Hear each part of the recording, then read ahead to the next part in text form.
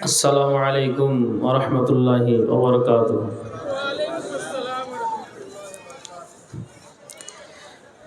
ইন্নাল হামদালিল্লাহ নাহমাদুহু ওয়া নাস্তাঈনুহু ওয়া নাস্তাগফিরুহু ওয়া নাউযু বিল্লাহি মিন শুরুরি আনফুসিনা ওয়া মিন সাইয়্যাতি আ'মালিনা। من يهده الله فلا مضل له ومن يضلله فلا هادي له وأشهد أن لا إله إلا الله وحده لا شريك له وأشهد أن محمدًا عبده ورسوله أما بعد فإن خير الحديث كتاب الله وخير الهدي هدي محمد صلى الله عليه وسلم وخير الأمور أوازمها وسر الأمور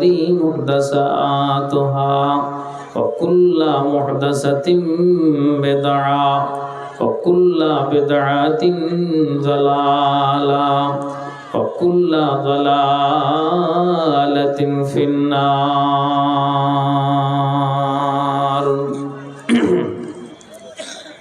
أعوذ بالله من الشيطان الرجيم. بسم الله الرحمن الرحيم. واتقوا يوما ترجعون فيه إلى الله ثم توفى كل نفس ما كسبت وهم لا يظلمون. وقال الله تبارك وتعالى: لقد جاءكم رسول من أنفسكم عزيز عليه ما عنتم حريص عليكم بالمؤمنين رؤوف رحيم. فإن تولوا فقل حسبي الله لا إله إلا هو عليه توكلت وهو رب العرش العظيم. فقال النبي صلى الله عليه وسلم عن العرباض بن سرية قال: صلى بنا رسول الله صلى الله عليه وسلم الصبح ذات يوم ثم أقبل علينا بوجهه فوعدنا موعظة بليغة زرفت منها العيون وأزلت منها القلوب. فقال قائل: يا رسول الله كأن هذه موعظة مودع فأوصنا.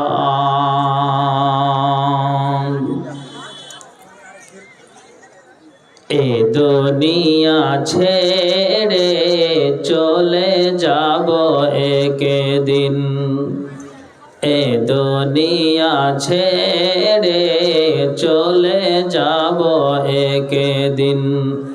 আসব না আমি আর এ ভুবনে কোনদিন, আসব না আমি আর এ ভুবনে কোনদিন। এ দুনিয়া ছেড়ে চলে যাব একদিন। মায়ারি বাঁধন ভেঙে যাবে একদিন। এই যে বাড়ি গাড়ি ক্ষমতা সবই চলে যাব আমি, পড়ে রবে সবই।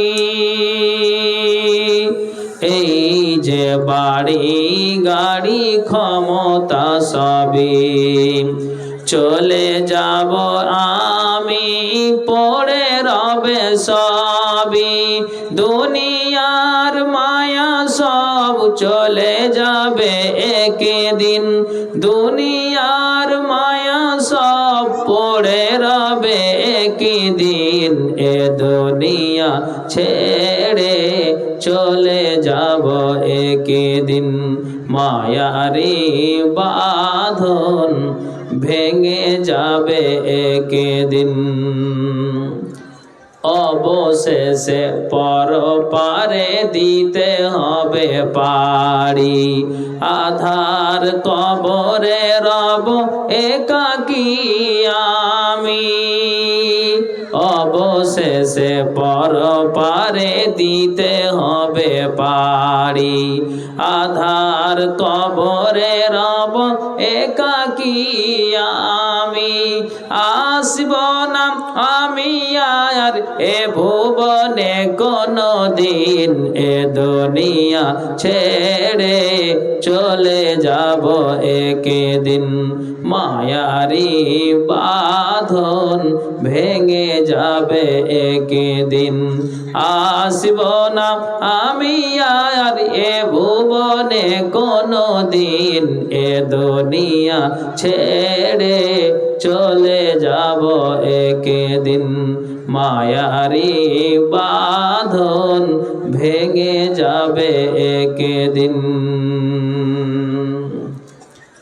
উপস্থিত কোরআন ও হাদিসের কর্ণধর ও মঞ্চে কেদারাই উপবিষ্ট যোগ্যতম সভাপতি মহাশয় এবং দূর দূরান্ত থেকে আগত তদাপি এলাকার সুপ্রিয় শ্রোতা মণ্ডলী, সর্বাগ্রে মহান স্রষ্টার কৃতজ্ঞতা জ্ঞাপন করি, যিনি আমাকে আপনাকে এই ইসলামী সভায় একত্রিত হওয়ার আল্লাহ তৌফিক দিয়েছেন। তাই আমরা মোহাব্বতের সাথে একটু আওয়াজ দিয়ে বলে উঠি আলহামদুলিল্লাহ। তারপরে পরে যিনি ইসলামের পথ প্রদর্শক, ইসলাম হিতাকাঙ্ক্ষী, আকাঙ্ক্ষিত দিনের ভিখারি নবী মুহাম্মদুর রাসূলুল্লাহ সাল্লাল্লাহু আলাইহি ওয়াসাল্লাম, শতকোটি দুরূদ ও সালাম বর্ষিত হোক। আল্লাহুম্মা সাল্লি আলাইহি আল্লাহুম্মা বারিক আলাইহি। সুপ্রিয় শ্রোতা মণ্ডলী, আমি আপনাদের সম্মুখে আল্লাহর প্রতি হইতে দুই জায়গা থেকে দুইটি আয়াত এবং মর্মান্তিক নবীজির একটা হাদিস ইনশাআল্লাহ আল্লাহ যেন আমাকে বলার, আপনাদেরকে শ্রবণ করার এবং উভয়কে আমল করার আল্লাহ তৌফিক দিন। তো চলুন ভূমিকা লম্বা না করে কিছু কথা আপনাদেরকে শুনিয়ে দেওয়া যাক। তো আমি যে আয়াত পড়েছি, যিনারা অ্যারাবিকের সঙ্গে যুক্ত আশা করি অবগত বা জানা বা বুঝতে পেরেছেন। তা আপনাকে বুঝাই যে এই জায়গাতে যে আমরা বসে আছি, কাউরির বয়স 60 আছে, 50 আছে, 40 আছে, 30 আছে, 10 আছে। আচ্ছা, এইরকমের শ্রোতা আছে না? একটু হ্যাঁ না বলুন, একটু কথা বলুন। কথা বললে আমি ভাববো যে আপনারা আমার দিকে চেয়ে আছেন বা জেগে আছেন। একটু হ্যাঁ হু করবেন, ভালো লাগে এটা। জি, এটা বক্তাকে একটা প্রেরণা দেওয়ানো যে হ্যাঁ, বক্তার দিকে শ্রোতা চেয়ে আছে। তো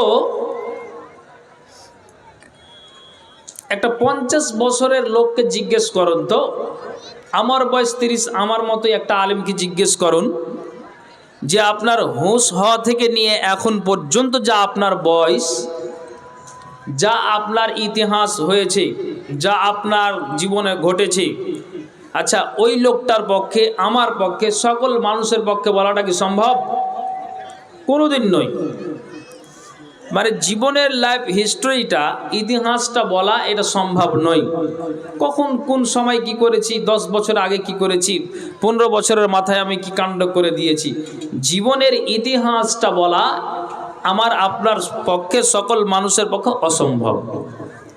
তো তেমনি আল্লাহ পাকের রাসূল তিনি বেঁচে ছিলেন 63 বছর। এই 63 বছরের ইতিহাস তা আপনি 40 বছরটাকে বাদ দিন। কেন? তিনি 40 বছরে নবুয়ত প্রাপ্ত হয়েছিলেন, পেয়েছিলেন। তো 23 বছরের যে ইতিহাস, 23 বছরে যে তিনার যা ঘটনা, এখন যদি বলি এই 1-1.5 ঘন্টাতে এতগুলি ইতিহাস বলা সম্ভব নয়, বলতে পারা যাবে না, এটা সম্ভব নয়। 4 দিন 5 দিন তাও সম্ভব নয় যে যার জীবনে ইতিহাস তিনার হয়েছে। এখন আপনাকে বুঝাই, টোটাল ইতিহাসটাকে না শুনে এই যে আমরা উম্মাতে মুহাম্মাদি অর্থাৎ নবীর উম্মাত, আমরা আল্লাহ পাকের রাসূল তিনি শেষ জীবনে মৃত্যুর আগে আল্লাহ পাকের রাসূল এই আমাদেরকে নবী মুহাম্মদুর রাসূলুল্লাহ, একটু পড়েন সাল্লাল্লাহু আলাইহি সাল্লাম, তিনি অন্তিম উপদেশ বাণীটা এই উম্মতদেরকে কি দিয়ে গিয়েছেন। 63 বছরের ইতিহাস খুলে লাভ নেই। কিন্তু যখন তিনি নিহত হচ্ছেন তার আগে আল্লাহ পাকের রাসূল তিনি এই উম্মতদেরকে ওসিয়ত করে গিয়েছেন। তবে সেই ওসিয়তের মধ্যে আমরা আছি না বাইরে আছি? যেমন আপনাকে বুঝাই, না হলে আপনার জ্ঞানীগুণী মানুষ, তারপরও আমি বুঝাবার খাতিরে বলছি।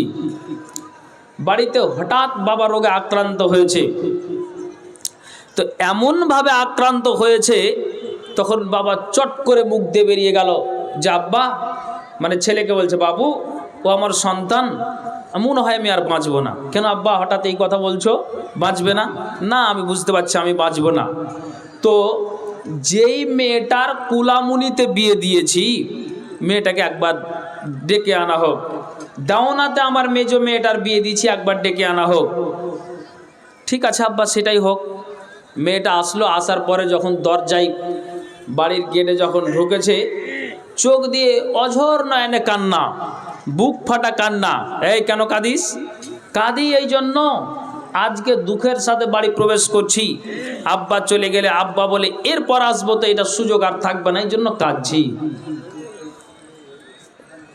নিজের বিবি কাঁদছে, আল্লাহ এখন স্বামী যদি চলে যায় তাহলে আমি হয়ে যাব বিধবা, এই বলে বিবি কাঁদছেন। ছেলে কাঁদছে, আল্লাহ এই মুহূর্তে যদি বাবা চলে যায় তাহলে পুরো বাড়ির মালিকানার দায়িত্বটা আমার হাতে। ঠিক বলছি না ভুল বলছি? একটু হাউ করেন। শেষকালে বাবা ছেলেটার মাথায় হাত দিয়ে বলছেন যে, সন্তান আমার মাথার পার্শ্বে এটা বসে কে? না তো আমার মা, আমার বিবি তোমার মা, মানে বাপ বলছে। তো আমি মরে যাচ্ছি, দুনিয়াতে কেউ বাঁচতে আসেনি, সবাইকে দুনিয়া ছেড়ে চলে যেতে হবে। তবে একটা কথা তোমাকে বলছি, কি? আমি মরে যাচ্ছি, তো মরার আগে একটা কথা তুমি মাথায় রাখিও, আমি মরে যাওয়ার পর সদা সর্বদা তোমার আম্মাকে খেয়াল রাখিও, কোসমিন কালে তোমার আম্মাকে ভুলে যেও না, ছেড়ে দিও না। বৌমা কিছু কথা বলতে গেলে তাকে বুঝিয়ে দিও, এটা আমার জীবনের শেষ কথা বাবা, তোমার মাকে কোনো মতেই কোসমিন কালে ছাড়বে না। বাবা মরছেন তো এই ওসিয়ত হচ্ছে। কিন্তু নবী মুহাম্মদুর রাসূলুল্লাহ পড়ুন সাল্লাল্লাহু আলাইহি সাল্লাম, তিনি যখন মারা যাচ্ছেন, তো এই ওসিয়ত মরার আগে, নিহতর আগে উম্মাদেরকে কি দিচ্ছেন, এটাই আমি আপনাকে বুঝাতে চাইছি। যেমন আপনাকে কোরআনের আয়াতটা দিয়ে বুঝাই। আল্লাহর কোরআন বলছেন, ওয়াত্তাকু, তোমরা ভয় করো, ইয়াউমান, ওই দিনটাকে। কোন দিন? যেই দিন হাসরের দিন, জুদায়ের দিন, ফাইসালার দিন। তুরজাউনা ফিহি ইলাল্লাহ, যেই দিনটাতে তোমরা পুনরায় ফিরে যাবে। সুম্মা তুওয়াফা কুল্লু নাফসিম মা কাসাবাত, এবং তোমরা যা করেছো তোমাদের কর্মফল তোমরা পুরোপুরি দেখতে পাবে। আল্লাহর কোরআন বলছেন, ওয়াহুম লা ইজলামুন, বান্দার প্রতি কিঞ্চিত পরিমাণে জুলুম, অন্যায়, অত্যাচার, অবিচার করা হবে না। এখন আপনাকে বুঝাই, যা আমি আপনি করি দিয়ে এই আমল নিয়ে কবরে যাই, হাসর হবে, আপনি যা করেছেন তার উপরই যথেষ্ট আপনি। মানে আল্লাহ বলছেন কিঞ্চিত পরিমাণ বান্দার প্রতি জুলুম করা হবে না, এটা আল্লাহর কোরআন ওসিয়ত দিচ্ছেন। যেমন সূরা কাফ 50 নম্বর সূরার 29 নম্বর আয়াতে আল্লাহ উল্লেখ করেছেন, ওমা আনা বিযাল্লামিল লিল আবিদ, বান্দার প্রতি আমি কোন রকমের জুলুম, অন্যায়, অত্যাচার, অবিচার করি না। এটা আল্লাহর কোরআনের বাণী। এখন আপনাকে বুঝাই, এটা তো আল্লাহর কোরআনের কথা হলো, তাহলে নবী মুহাম্মদ রাসূলুল্লাহ সাল্লাল্লাহু আলাইহি সাল্লাম তিনি নিহতর পূর্বে আমাদেরকে কি তিনি দিয়ে যাচ্ছেন? বাবার যদি শেষ কথাটা এই হয়, তাহলে আখেরি নবীর শেষ কথা কোনগুলো ছিল? একটু ধৈর্য ধরুন, আমি আপনাকে শোনাচ্ছি। কি কথা? নবীজি বলছেন, ইরবাদ বিন সারিয়া হতে হাদিসটি বর্ণিত, তিনি বলেন, একদিন আমরা আল্লাহ রসুলের সাথে নামাজ আদায় করলাম। নামাজটা কোন নামাজ ছিল? নামাজটা জোহর নয়, নামাজটা আসর নয়, নামাজটা মাগরিব নয়, নামাজটা ঈশা নয়। কোন নামাজ ছিল? আসুবহা যাতা ইয়ামিন। তিনি আমাদেরকে নিয়ে ফজরের নামাজ পড়ালেন, আল্লাহ পাকের রাসূল ইমামতি করলেন, আর আমরা তার পিছনে মুক্তাদি হয়ে নামাজ আদায় করলাম। এবার নামাজ যখন পড়া হলো, তা হাদিসের ভিতরে এসেছে, ইমাম ইচ্ছে যদি করে যে সালাম ফিরার পর ডান দিকে ঘুরে বসতে পারে, আর ইচ্ছে যদি করে তাহলে আমি সামনে দিকে অর্থাৎ মুক্তাদি দিকে মুখ করে বসবো, তো সেটাও করতে পারে। কিন্তু আল্লাহ পাকের রাসূল সেই দিন ডান দিকে না ঘুরে, নবীজি আমার সেই দিন বাম দিকে না ঘুরে নবীজি কি করলেন? সুম্মা আকবালা আলাইনা বিওয়াজহিহি, নবীজি আমার সেই দিন মুক্তাদি দিকে মুখ করে বসলেন। আর বসার পরে ফাওয়াজানা, তিনি একটা একটা করে তিনি কথা বলতে লেগেছেন, বক্তব্য শোনাতে লেগেছেন। যেমন আমি আপনাদেরকে শোনাতে শুরু করে দিয়েছি, আর আপনারা আমার দিকে চেয়ে আছেন, মাওলানা এরপর কি বলবেন, তারপর কি বলবেন, তারপর কি বলবেন। তেমনি আল্লাহ পাকের রাসূল যেন তিনি ভাষণ শুরু করেছেন।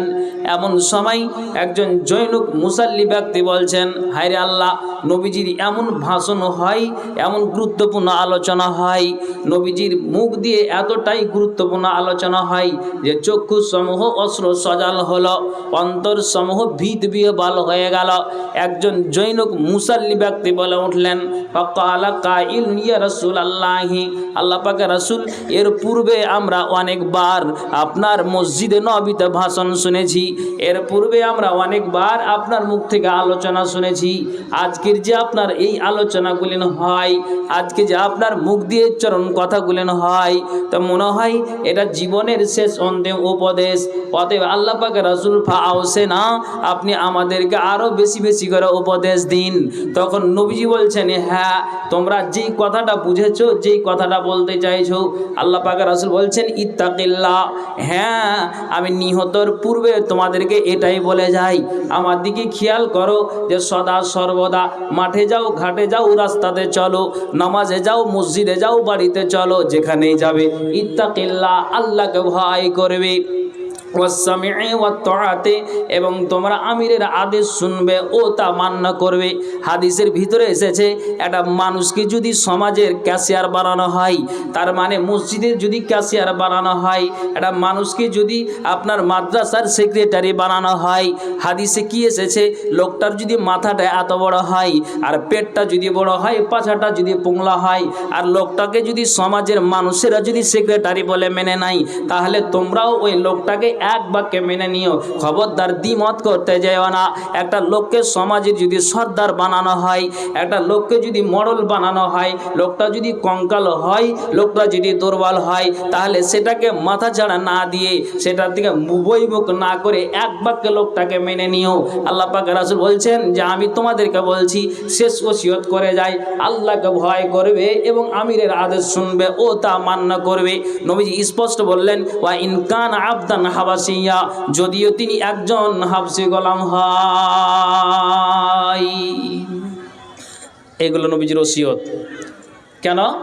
কেনর মানে হলে এই যে আল্লাহ পাক রাসূল এবার বলছেন, দেখেন, একটা আমি বাজে কথা বলবো না, শুধু শুনে যান। এবার নবীজি কি বলছেন, ফাসায়ারা ইখতিলাফান কাসীরা, নবীজি বলছেন যেই দিন আমি মরে যাব, যেই দিন মানুষেরা আমাকে আয়েশার কামরাতে মাটি দিয়ে দিবে, যেদিন দুনিয়ার মানুষেরা জানতে পারবে কে মারা গিয়েছে, না তো নবী মোহাম্মদ দুনিয়া ছেড়ে চলে গিয়েছে, কে মারা গিয়েছে, না তো আখির নবী মারা গিয়েছে। আল্লাহ পাক রাসূল বলছেন আমি মৃত্যুর আগে তোমাদেরকে বলে যাই কি কথা, যে তোমরা এটা মাথায় রাখিও, আমি মরে যাওয়ার পরে মানুষের ভিতরে যেন তোমরা সত্যর বহুমুখী মতবিরোধ দেখতে পাবে। সামান্য জুজি ক্ষুদ্র ক্ষুদ্র মশলাগুলো নিয়ে মানুষের মধ্যে তর্ক হয়ে যাবে। তখন আল্লাহ পাক রাসূল বলছেন ফা আলাইকুম বিসুন্নতি ওয়া সুন্নাতিল খুলাফাইর রাশিদিন আল মাহদিন। নবীজি বলছেন তখন তোমরা আমার সুন্নাতকে এবং খোলাফায়ে রাশিদিনদের সুন্নাতকে তোমরা আঁকড়ে ধরবে। কেমন ভাবে ধরবে? আমরা মালদাহের মানুষ, একটা যদি গুঠি আমকে যদি চাবাতে যাই তাহলে ওই আমটাকে ভাঙতে গেলে মাড়ির দাঁতের প্রয়োজন হয়, একটা শক্ত জিনিসকে ভাঙতে গেলে মাড়ির দাঁতের প্রয়োজন হয়, একটা আখরোটকে ভাঙবেন তো মাড়ির দাঁতের প্রয়োজন হয়, একটা শক্ত জিনিসকে ভাঙবেন তো মাড়ির দাঁতের প্রয়োজন হয়। তেমনি নবীজি বলছেন যে তোমরা আমার সুন্নাতকে এবং খোলাফায়ে রাশিদিনদের সুন্নাতকে তোমরা আঁকড়ে ধরবে। কেমন ভাবে ধরবে? যে তোমরা মাড়ির দাঁত সমূহ দিয়ে কামড়ে ধরে থাকবে। খবরদার খবরদার তোমরা টলমাল করবে না। রাসূলের ওসিয়ত কেন নবীজি বলে গেছেন এই দিনের মধ্যে খবরদার বাড়াবাড়ি করবে না। কেন? দিনের মধ্যে যে কোনো নতুন সৃষ্টি হলো বিদআত, আর প্রত্যেক বিদআত হলো ভ্রষ্টতা, আর ভ্রষ্টতার পরিণাম হলো জাহান্নাম। এটা আল্লাহ রাসূল সাল্লাল্লাহু আলাইহি সাল্লাম নিহতর পূর্বে তিনি এই উম্মতদেরকে ওসিয়ত করে যাচ্ছেন। একটু ধৈর্য ধরুন, আপনাকে বুঝাবার জন্য আমি এই আইনটা ধরেছি।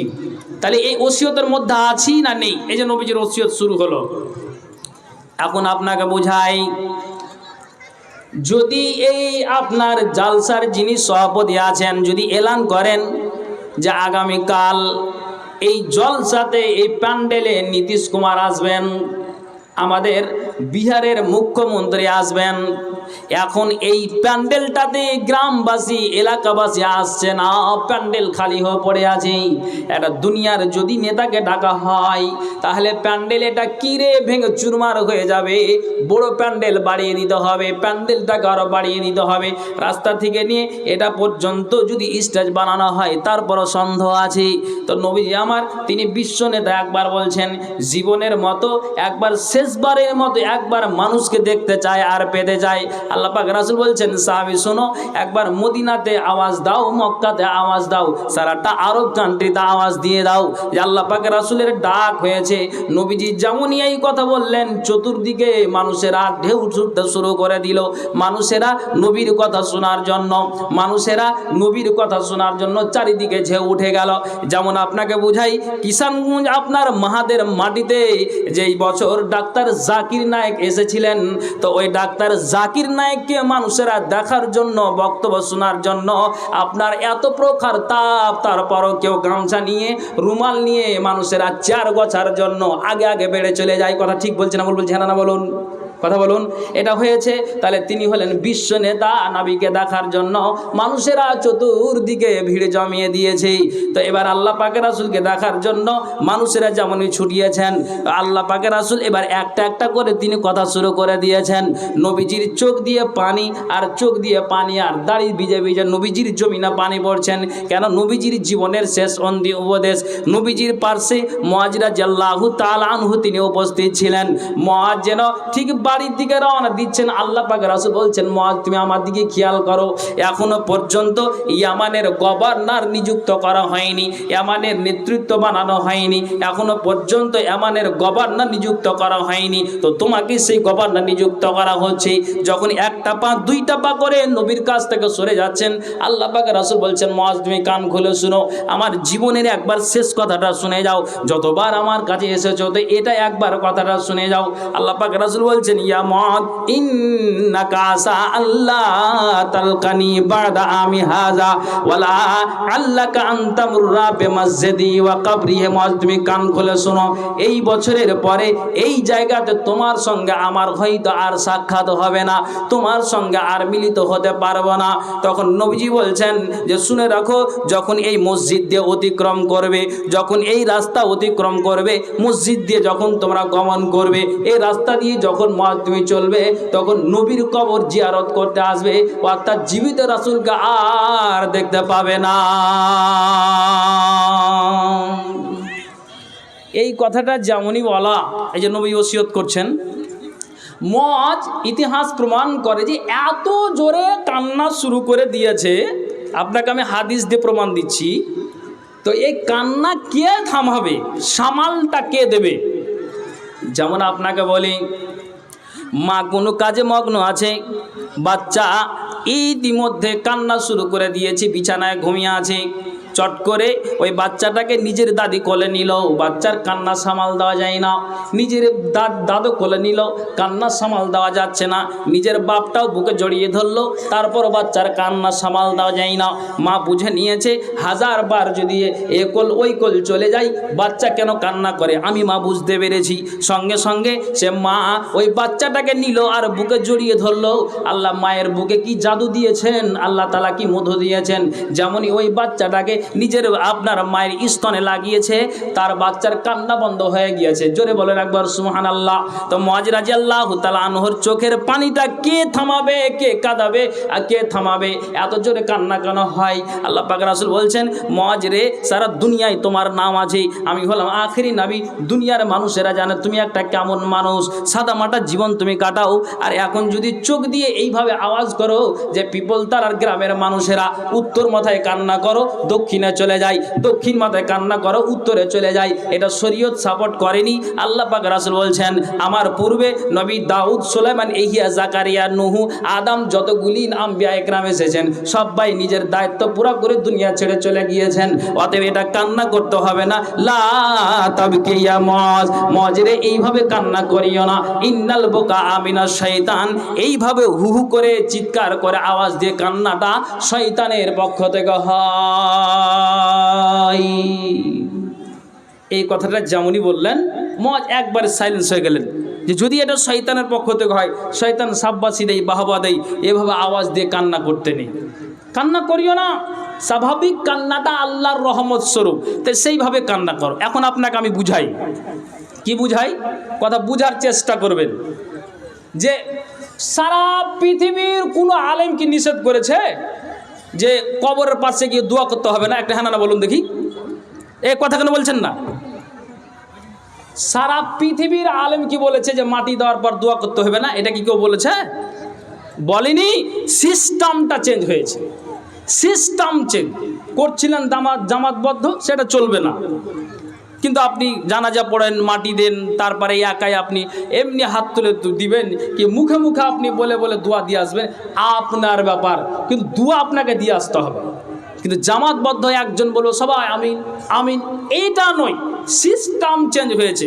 তো রাসূল বলছেন কান্নাটা একবারে হারাম নয়, কান্না করতে হবে, তো সিস্টেমে কান্না করতে হবে। কান্নাটা সিস্টেম কেমন? এইভাবে আওয়াজ দিয়ে কান্না নয়, সারা দুনিয়ার মানুষ জানবে যে মুআজ কাঁদছে, এটা বড্ড খারাপ বিষয়, শয়তান বাহবা দিবে।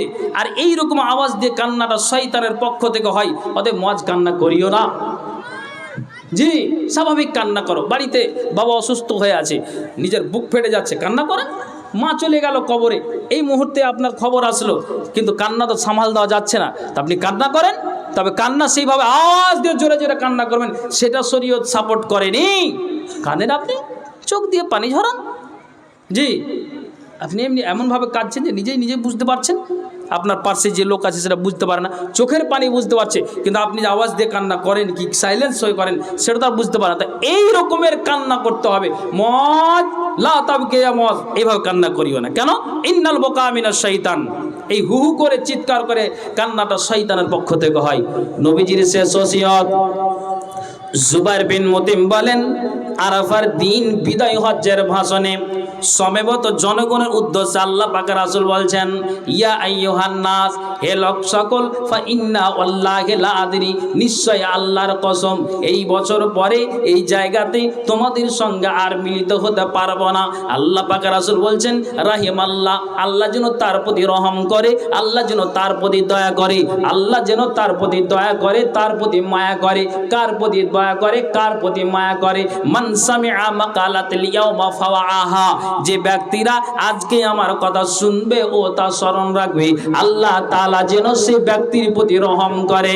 নবীজি বলছেন শুনে রাখো, কান খুলে এটা জেনে রাখো, আল্লাহ পাক রাসূল বলছেন ওরে দুনিয়ার মানুষেরা, যে কোনো একটা নবী এসেছেন একটা পাড়ার জন্য, থানার জন্য, এলাকার জন্য, জেলার জন্য, গ্রামবাসীর জন্য আল্লাহ তাআলা নবী পাঠিয়ে দিয়েছেন। কিন্তু আমি একজন এমন নবী, সারা বিশ্বের নবী, লাস্ট প্রফেট নবী মুহাম্মদুর রাসূলুল্লাহ, পড়ুন সাল্লাল্লাহু আলাইহি ওয়াসাল্লাম। আল্লাহ পাক রাসূল বলছেন আমার জীবনের একটা কথা শোনো। নবীজি বলছেন ওয়াল্লাযী নাফসু মুহাম্মাদিন বিয়াদিহি লা ইয়াসমাউ বিআহাদুন মিন হাযিহিল উম্মতি ইয়াহুদিউন ওয়ালা নাসরানিউন সুম্মা ইয়ামুতু ওয়া লাম ইউমিন বিল্লাযী উরসিলতু বিহি ইল্লা কানা মিন আসহাবিন নারে।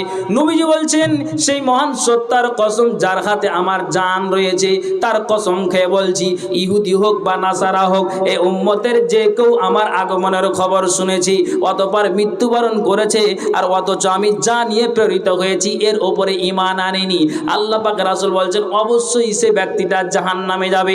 আবার আপনাকে তর্জমা করি, নবীজি বলছেন ইহুদি হোক বা নাসারা হোক, এ উম্মতের যে কেউ আমার আগমনের খবর শুনেছে অতঃপর মৃত্যুবরণ করেছে অথচ আমি যা নিয়ে প্রেরিত হয়েছি এর উপরে ঈমান আনেনি, আল্লাহ পাক রাসূল বলছেন অবশ্যই সে ব্যক্তি জাহান্নামে যাবে। কেন নবীজি বলে দিয়েছেন উম্মাত হলো দুই প্রকার, একটা হলো উম্মাতুল ইজাবা আর একটা হলো উম্মাতুদ দাওয়া। উম্মাতুল ইজাবা কাকে বলা হয়? আল্লাহ রাসূল বলছেন যারা কোরআনকে মানে, যারা রসুলকে মানে, যারা আল্লাহ রসুলের বিধিবিধানকে মেনে চলে। তো যারা দুনিয়াতে আল্লাহ রসুলের বিধিবিধানকে মেনে চলে তাদেরকে বলে উম্মাতুল ইজাবা। যারা মানে না, যারা শুনে না, যারা মুখটাকে এড়িয়ে চলে, যারা বইমুখ হয়ে যায়, যারা কুসমিন কালে মেনে নিতে পারে না, আল্লাহ পাক রাসূল বলছেন তাদেরকে বলা হয় উম্মাতুদ দাওয়া। জি ভাইজান আমার, তাদেরকে বলা হয় উম্মাতুদ দাওয়া। আচ্ছা একটু দাঁড়ান, আমি সেই দিকে যাচ্ছি, আমার মগজে থাকে। জি একটা কয়েকটা হাদিস বলে নি, তারপর আমি ঠিক সময় চলে যাচ্ছি, আশ্চর্য হওয়ার কিছু নেই। একটা কথা বলে নি। হ্যাঁ, তো কি বলতে চাইছিলাম, আল্লাহ পাক রাসূল এইভাবে বললেন, এই শোনো, নবীজির এগুলো শেষ ওসিয়ত। নবীজি বলছেন ইয়াকুম ওয়াল গুলুওয়া ফিদ্দীনে ফাইন্নামা আহলাকা মান কানা ক্বাবলাকুমুল গুলুওয়া ফিদ্দীন। নবীজি বলছেন ধর্মের ব্যাপারে তোমরা বাড়াবাড়ি করো না, ধর্মের ব্যাপারে তোমরা ফাজলামি করো না। যদি ধর্মের ব্যাপারে বাড়াবাড়ি করো, ধর্মের ব্যাপারে যদি ফাজলামি করো, তো যেমন পূর্বের লোকেরা ধর্মের ব্যাপারে বাড়াবাড়ি করেছে আল্লাহ তাদের ধ্বংস করেছে। যেমন মুসার সঙ্গে ফেরাউন টক্কর লাগিয়েছিল, আল্লাহ তাকে লোহিত সাগরও ডুবিয়েছে। যেমন নুহুর কম ফাজলামি করেছে, আল্লাহ তাদের বন্যা দিয়ে মেরে দিয়েছে। কমে আদ কমে সামদ ফাজলামি করেছে, তাদেরকে হাওয়া চালিয়ে আল্লাহ মেরে দিয়েছে। তা আল্লাহ রাব্বুল আলামিন বলছেন যে শুনে রাখো, যেমন পূর্বের লোকেরা দিনকে নিয়ে, ধর্মকে নিয়ে যেমন বাড়াবাড়ি করেছে, তো তেমনি তোমরা বাড়াবাড়ি করো না। যদি তোমরা করো তাহলে পূর্বের লোকের মতো তোমরাও হালাক হয়ে যাবে। আল্লাহ রসুলের হাদিস। অতএব বাড়াবাড়ি করা। নবীজি নিহতর পূর্বে এই ওসিয়তগুলি আল্লাহ পাক রাসূল তিনি উম্মাতে মুহাম্মাদি অর্থাৎ আমাদেরকে তিনি দিয়ে যাচ্ছেন। কেন? নবীজি স্পষ্ট বলে দিয়েছেন, এই দুনিয়ার মানুষেরা তোমরা কান খুলে শোনো। নবীজি বলছেন ইয়া আইয়ুহান নাস, হে লোকেরা কান খুলে শোনো, ইন্নাহু লানাবিয়্যা বাদি ওয়ালা উম্মাতা বাদাকুম। দেখো হে, আমার পরে কোনো নবী নাই এবং তোমাদের পরে কোনো উম্মাত নাই। আল্লাহ পাক রাসূল বলছেন ওয়াবুদু রাব্বাকুম, তোমরা আল্লাহর ইবাদত করবে। ওয়াসাল্লু খামসাকুম, 5 ওয়াক্তের নামাজ আদায় করবে। ওয়াসুমু শাহরাকুম, রমজান মাসের তোমরা রোজা পালন করবে। ওয়াদ্দু যাকাত আমওয়ালিকুম, এবং বাৎসরিক হিসাব করে যে মালের যাকাত বের হয় তোমরা সঠিকভাবে নিয়মিত যাকাতটা আদায় করে দিবে। ওয়াতিউ আমরেকুম, এবং তোমরা আমিরের আনুগত্য করবে। আল্লাহ পাকের রাসূল বলছেন যে আমি তোমাদেরকে এই কথা বলে গেলাম, খবরদার এই কথাগুলোর মধ্যেই তোমরা থাকবে। যদি থাকো তাহলে তোমাদের টাইটেল হবে উম্মাতুল ইজাবা, আর যদি না থাকো এড়িয়ে চলে যাও তাহলে বলা হবে উম্মাতুদ দাওয়া। রাসূলের হাদিস। কতক্ষণ টাইম দিয়েছেন? সময় কতক্ষণ দিয়েছেন আমাকে? আচ্ছা, তো হ্যাঁ ঠিক আছে ভাইজান, হ্যাঁ বুঝে গেছি। তো এবার আপনাকে আমি বোঝাতে চাইছি, সময় খুব সংকীর্ণ। হ্যাঁ, এখন ভাবছি যে আমি এই ব্যান্ডটা কেন ধরলাম। জি, তো যাই হোক, এটা ভাবতে পারেন যে সময় এত শর্ট হবে, তবে আপনাকে এখন বুঝাতে চাইছি যে এই যে আল্লাহ পাকের রাসূল শেষ জীবনে নবীজি আমার যে এই অন্তিম উপদেশ বাণীগুলি আল্লাহ পাকের রাসূল করে গিয়েছেন, তো আমাদেরকে সেই ওসিয়তগুলি মেনে চলতে হবে। তিনি আমাদের আখেরি নবী মুহাম্মদ রাসূলুল্লাহ সাল্লাল্লাহু আলাইহি ওয়াসাল্লাম। যদি আমরা মানি তাহলেই আমরা উম্মাতুল ইজাবা, না মানলে উম্মাতুদ দাওয়া। তাহলে ভাইজান, আপনি আছেন আল্লাহ রাসূলের বিধিবিধানের ওপর, না আপনি তার থেকে আপনি উল্টো আছেন, সেটাও প্রমাণ হয়ে যাবে, সেটাও প্রমাণ বের হয়ে যাবে। আপনি না বললেও এখানে হাদিস দ্বারা আপনাকে প্রমাণ দেওয়া যাবে। তবে সে অতটুকু বলার সময় নেই, যেহেতু আপনার ঘন্টা বেজে গিয়েছে যে মাওলানা যা বলছেন ঠিক আছে, কিন্তু একটু মাদ্রাসার উন্নতি গল্প জালসা সেই দিকে একটু লক্ষ্য রাখতে হবে। যাই হোক, আমি আপনাদেরকে যেটা বুঝাতে চাইছি যে আমরা সেই নবীর উম্মত, যে নবী আমাদের জন্য আল্লাহ পাকের রাসূল এই করে করে করে করে 13 থেকে 14টা দিন আল্লাহ পাকের রাসূল এক এক করে শেষ অন্তিম উপদেশ বাণীগুলি নবী জামাত দিয়ে গিয়েছেন। তারপরে আল্লাহ পাকের রাসূল দুনিয়া থেকে বিদায় হয়েছেন। নবী রোগে আক্রান্ত হলো, এই হলো সেই হলো, কতটি জর্জরিত হলো, নবীর মাথা ব্যথা হলো। তারপরে আল্লাহ পাকের রাসূল এইরকম করে শেষ প্রান্তে শেষকালে নবীজি আমার জন্য এই অন্তিম উপদেশ বাণীগুলি নবীজি দিয়ে গিয়েছেন। যাই হোক, তবে আপনাদেরকে আমি বলবো যেটা উন্নতি গল্পে জালসা, আমরা যেন সে নবীর ওসিয়তগুলিকে মেনে আর সঠিকভাবে কোরআন হাদিসকে মেনে আমরা যেন কবরে যেতে পারি, এটাই আল্লাহর কাছে দোয়া রাখবো। আল্লাহ যেন কবুল করেন, সকলে বলেন আল্লাহুম্মা আমিন। আল্লাহ বলেছিলাম আল্লাহ 10-এর আল্লাহ একজন ব্যক্তিকে পাঠাও, 5-এর ব্যক্তিকে পাঠাও, 2-এর ব্যক্তিকে পাঠাও, 1000-এরও ব্যক্তি আল্লাহ পাঠিয়ে দাও। আল্লাহ সত্যি আল্লাহকে এই দান দিচ্ছে, 10,000 চেয়েছিলাম পেলাম, 5,000 চেয়েছিলাম পেলাম। তাহলে সত্যি আল্লাহ এই মাদ্রাসাকে চালাবার মতো আল্লাহ মানুষের যোগ্যতা আছে, আল্লাহ তুমি দিয়ে রেখেছ। কাজেই ভাইজান আমার এই মাদ্রাসাকে উপলক্ষে আল্লাহর ওয়াস্তে যতটুকু আপনারা আছে, আল্লাহ তাআলা কোরআনে বলছেন লা ইন শাকারতুম লা আযিদান্নাকুম ওয়া লা ইন কাফারতুম ইন্না আযাবি লাশাদীদ। আল্লাহ বলছেন এরে বান্দা কান খুলে শোনো, যা আমি তোমাকে দিয়েছি এদের থেকে আল্লাহর শুকরিয়া আদায় করো, আল্লাহর কৃতজ্ঞতা জ্ঞাপন করো, আল্লাহর প্রশংসা করো। ইন্না আযা, যদি অকৃতজ্ঞ হও, অসন্তুষ্টি হও, যা আল্লাহ মাল দিয়েছে, যা আল্লাহ ধন দিয়েছে, এতে যদি তুমি সন্তুষ্ট না হও, আল্লাহ কোরআন বলছেন ইন্না আযাবি লাশাদীদ, আমার আযাব বড় কঠিন, সেই আযাবে তোমাদের গ্রেফতার করা হবে। তুমি কোন বাগানের ফুল, তুমি কোন বাগানের ফুল গো আমার ইসলাম ধর্মের মল, সকল নবীর গইতে শ্রেষ্ঠ আখেরি রাব। তুমি কোন বাগানের ফুল গো আমার ইসলাম ধর্মের মল, সকল নবীর হইতে শ্রেষ্ঠ আখেরি রাসূল। তুমি কোন বাগানের ফুল, আরব দেশে জন্ম তোমার আব্দুল্লাহরই ঘরে, উঠিল পূর্ণিমারি চাঁদ অতি অন্ধকারে। তুমি কোন বাগানের ফুল গো আমার ইসলাম ধর্মের মল, সকল নবীর হইতে শ্রেষ্ঠ আখেরি রাসূল। তুমি কোন বাগানের ফল, আরব দেশে জন্ম তোমার আব্দুল্লাহরই ঘরে, উঠিল পূর্ণিমারি চাঁদ অতি অন্ধকারে। আরব দেশে জন্ম তোমার আব্দুল্লাহরই ঘরে, উঠিল পূর্ণিমারি চাঁদ অতি অন্ধকারে। আলোকিত হই মাগো কেন যে বান্ধা ডোরে, মাগো কেন যে বান্ধা ডোরে, মায়াতে ভুলিয়া রে। তুই মা জননী হীরার খনির চেয়ে অমূল্য ধন জানি, তুই মা জননী হীরার খনির চেয়ে অমূল্য ধন জানি। মাগো কেন যে বান্ধা ডোরে, মায়াতে ভুলিয়া রে। তুই মা জননী হীরার খনির চেয়ে অমূল্য ধন জানি, তুই মা জননী হীরার খনির চেয়ে অমূল্য ধন জানি। এপারে ও শান্তি মাগো অতি ও পারে মা মুকুতি, ও মা মুকুতি।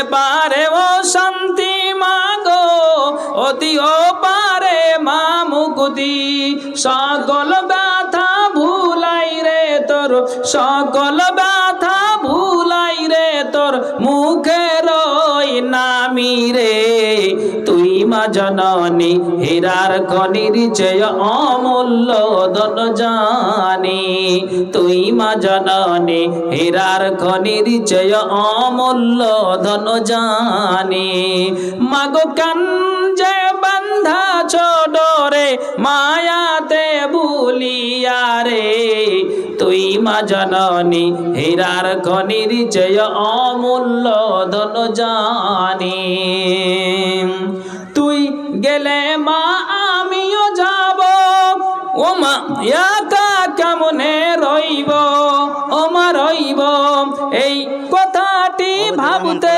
গেল ওগো দাদা দয়ার সাগর দয়া করো আমাদের এই আবদ্ধ হইয়াছি আমরা কুড়িপুর জালে তুমি ছাড়া নাই কোনো নালিশের জায়গা অপরাধী গণকে তুমি দাও তোমার ছায়া রুখে রাখো আমাদেরকে পাপ পথ হতে পাপ মুছে টেনে না সোজা ঠিক পথে বেআপাই কাজ আমরা বহুত করেছি বহু পাপ করে আমরা জীবন কেটেছি সেই জন্য শত্রু আমাদের না জানিও হাই ক্ষমা যদি নাহি করো যাইব কোথায় পাপ করি পাপে থাকি পাপেতে ডুবেছি তবু তোমার রহমতের ভরসায় আছি তামাম দুনিয়ার পানি কালি বানাইলে তবু ও না পারিব তোমার তারিফ লিখিতে হাজার মুখ যদি থাকিত আমার হাজার মুখে তারিফ করিতাম তোমার কোরআনে শুনেছি তুমি গাফুর গাফার